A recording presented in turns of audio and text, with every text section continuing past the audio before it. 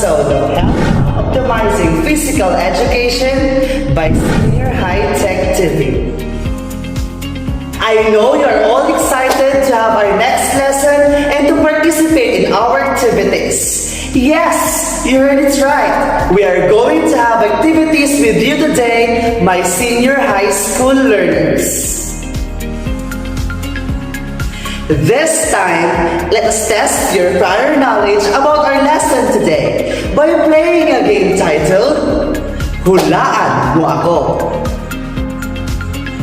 Here are the mechanics of the game. I will show you a word with a missing letter and accompanied by its corresponding video. Guess the word in 5 seconds. I want you to type your answer on the comment section below. Are you ready, dear grade 11 Pinatics? Let's start the game! Hulaan mo ako! Number 1. If your answer is spike, correct. Number 2.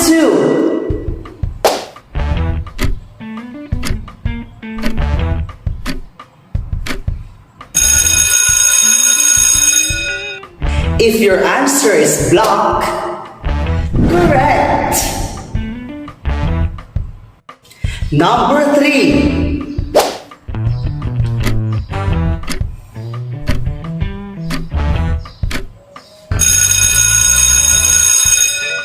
If your answer is service, correct.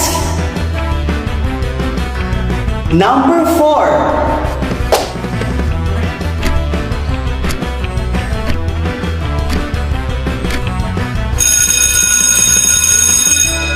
If your answer is set, correct.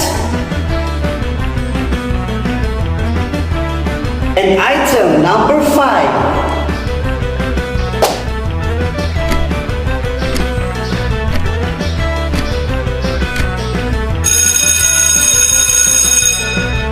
If your answer is big, correct. Very good, dear grade 11 Pinatics. It seems that you already have a prior knowledge about our topic today. I am Teacher A and welcome to our subject, Health Optimizing Physical Education.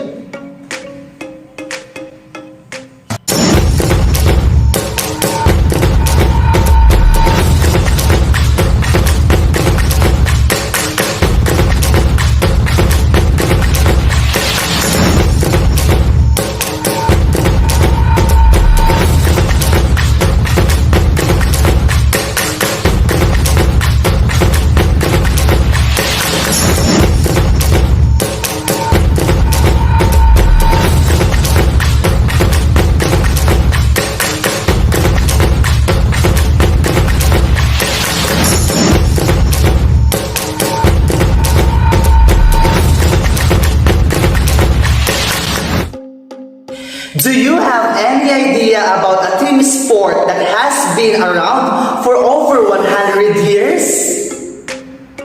Are you familiar about this sport that can be played indoor or in a beach? Join me and let's analyze and watch a video presentation about this famous sport.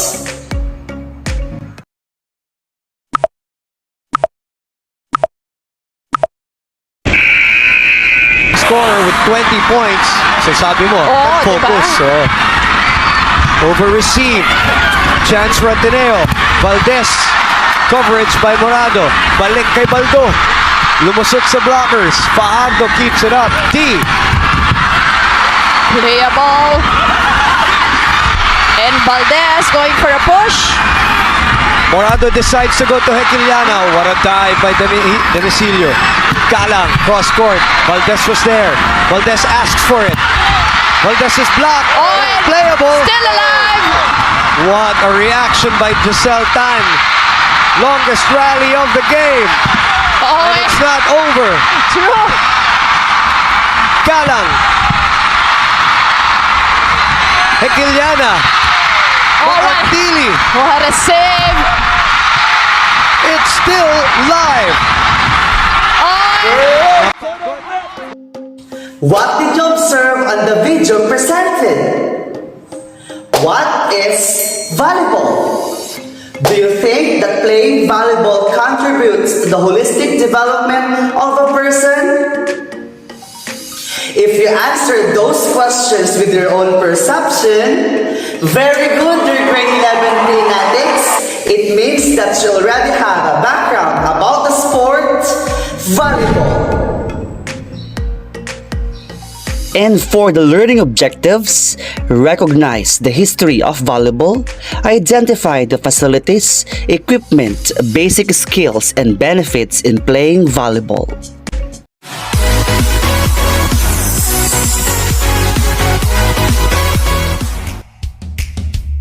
Did you know that Muñoz National High School men's volleyball team were unbeatable for the past 3 consecutive years in the Palarong Bayan?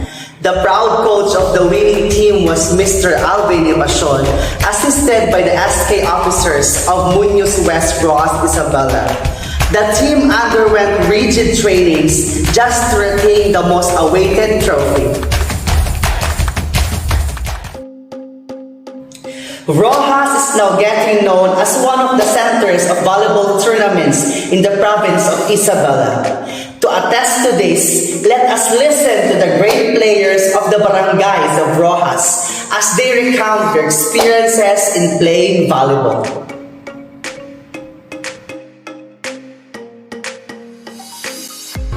Hi, I'm Christian Paul Rubio Rubis, a volleyball player from Manting Rojas, Isabela. Volleyball is a sport where it is being played by a whole team. I came from an individual sport which I compete individually. Before playing volleyball, I am an introvert person where I don't speak or have a conversation to other people. Since I've played volleyball, it helps me to communicate since it is being played as a team because connection and communication is needed to create a smooth and good plays. Volleyball gives a big impact in my life because it helps me in building my self-confidence. I can now have a good conversation with anyone whom I wanted to talk to. Since I gained my self-confidence, or as I started to know how to communicate well, in every game and every place I go to play volleyball, there is an unexpected friendships that started to build, and that is the most exciting part for me as an athlete or as a player. Thank you. Good morning to everyone. My name is Janal G. Ipinoy from Barangay Kiling, Rojas, Isabela, outside hitter of Rojas Volleyball Club. For me, volleyball is a game played by 2 teams, usually of 6 players on a side, in which the player use their hands to bat a ball back and forth over a high net, trying to make the ball touch the court within the opponent's playing area before it can be returned. The impact of volleyball to my life is to improve my mood, reduce stress, and encourage pride in your accomplishment as a team member. It can also improve my self-confidence, self-esteem, your body image, and make you feel happier when you play these sports.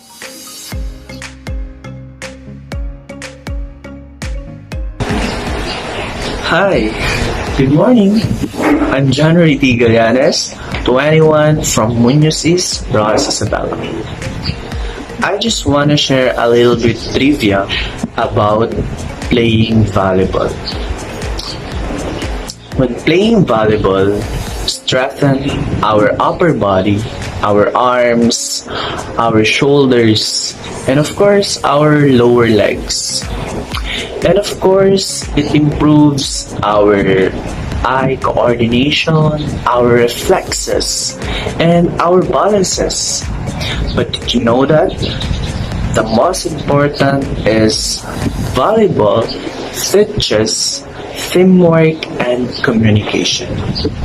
That is the most important when we are playing volleyball. And I thank you.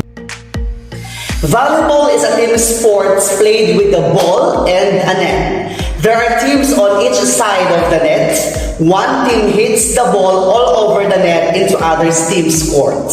The other team must then hit the ball back over the net and bounce within 3 tries without letting the ball touch the ground. There are too many kinds of competitive volleyball played in the world right now. They are team volleyball and beach volleyball. Both are Olympic sports and have competitive links. Team volleyball is played indoors on a hard court with 6 people per team, while beach volleyball is played outdoors on the sand with 2 players per team. Volleyball can be a lot of fun to play. To play with friends, you can play with any number of people and most anyone can join it. To be a competitive player takes a lot of practice. Good height and jumping ability helps a lot. Volleyball was originally invented by William G. Morgan in 1985. He was an athletic director of the Young Men Christian Association, or the YMCA, and was trying to come up with a game that would be fun, like basketball, but less taxing.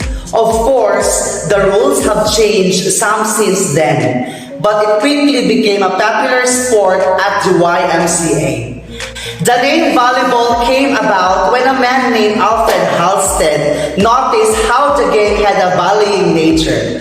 People started calling it volleyball and the name stuck. What are the different equipment used in the sport volleyball? First, the volleyball ball. An indoor volleyball is typically white but have some other colors like this. It's round with 8 to 16 panels and usually made of a letter. The official indoor volleyball is 25.5 to 26.5 inches in circumference. Weights 9.2 to 9.9 ounces and has 4.3 to 4.6 psi air pressure. Beach volleyballs are slightly bigger, weight the same, but have much less air pressure. Second, the volleyball net. Volleyball nets span the entire width of the court and held rigid by outer posts typically set 91 m or meters from the court. The center height of a volleyball net differs for men's and women's play, with men's nets regulated at a height of 2.43 meters and women's at 2.24 meters. What is the facility used in the sport volleyball? The volleyball court is 18 meters long and 9 meters wide. It is divided in sides in the middle by the net. The net is 1 meter wide and set up to 8 feet. The only other key feature is a line that is drawn on each side 3 meters from the net and parallel to the net. The line is called the attack line. It defines the front row and the back row areas. What are the basic skills used in the game volleyball? First, service. The volleyball serve is the first opportunity for a player to score a point. It begins each rally. Once you toss the ball in the air, you must contact the ball to send it over the net to land inside the lines of the court. Each player gets only one chance to serve. The serve can touch the net and continue in the opponent's court.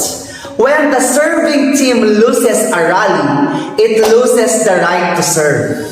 The receiving team then rotates one position on the court. Second, pass. The pass, also known as the bumped or the forearm pass, is a service reception technique used to contact a ball that entered your court area when your team is on offense. Third, set. The set is usually the second contact in a rally, and the person who sets the ball the most is called the setter. The set is an overhead pass used to change the direction of the dig and put the ball in a good position for the spiker. Fourth, spike. An attack hit or a spike describes the technique commonly used for the third contact in a rally that ends the ball over the net with a power. The spike is when the ball is hit smash across the net. It is the most powerful shot in volleyball and the most effective way to win a game or rally. Fifth, block. A block is the first opportunity for a team on defense to keep the team on offense from hitting in their court. Once the whistle blows and your team serves the ball over the net, your team is on defense, ready to defend your court. And the last basic skill used in the game volleyball is dig. The dig is a slang term used to describe an underhand technique made on the first contact of a ball in a rally that's been sent over the net with an attack hit. What are the 5 major health benefits in playing volleyball? First, volleyball burns fats and calories. Second, volleyball builds and tones the muscles. Third, volleyball improves mental health. Fourth, volleyball builds coordination, balance, and speed. Fifth, volleyball creates a greater aerobic activity. Volleyball can help circulate more blood, oxygen, and nutrients into the body, as well as enhance your energy levels to improve your overall well-being. You can also develop improved hand-eye coordination and fast reflexes. Your involvement in volleyball can improve your mood, reduce stress, and encourage pride in your accomplishments as a team member. The activity can also improve your self-confidence, self-esteem, your body image, and make you feel happier about life in general. Did you enjoy learning the different concepts about volleyball? That's great! Very good, my dear grade 11 fanatics! Now that you have learned the different concepts about volleyball, I want you to answer these questions. What are the equipment and facilities used in the game volleyball? What are the benefits that we can get in playing volleyball? What is the importance of knowing all the concepts about volleyball? I will give you 25 seconds to comment your answers on the chat box.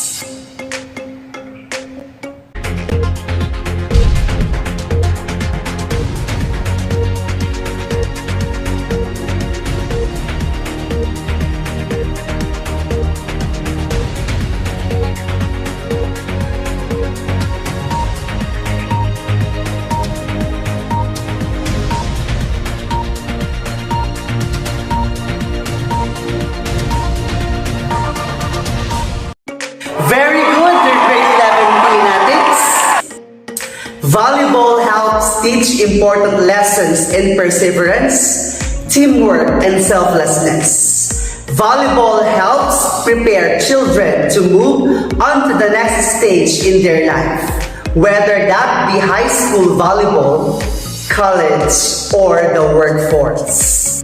A major lesson you will learn in playing volleyball include effective communication, teamwork skills, and strategic thinking. Gaining these skills will help you in social activities, school, and for the future. And to process all the things that you've learned this episode, let us have your last activity by playing a game titled, Piliin Mo Ako. Here are the mechanics of the game. Analyze the following concepts about volleyball that I will be presenting and choose the letter of the correct answer based from your own perception. I will give you 5 seconds to comment your answer on the chat box. Are you ready, my dear grade 11 fanatics? Let's start the game! Piliin mo ako! Number 1. How many players per team are allowed on the court during a regular volleyball game? A2, B4, C6, or D8?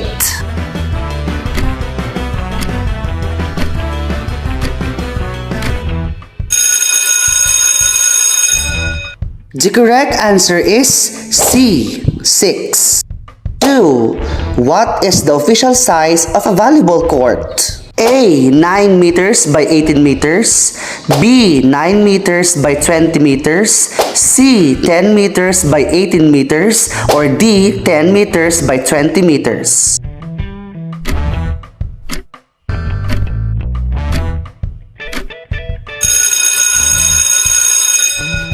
The correct answer is letter A, 9 meters by 18 meters. 3. What volleyball skill is portrayed in this video? A. Block, B. Service, C. Set, or letter D. Spike?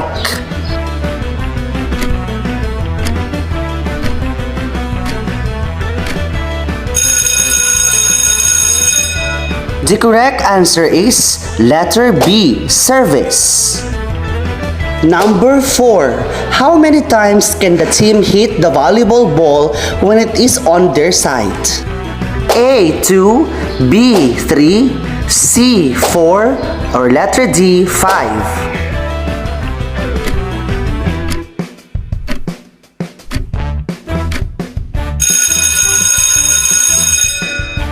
The correct answer is letter B. 3. Number 5. What is another term for an attack hit used in volleyball? A. Slam, B. Slap, C. Slice, or letter D. Spike?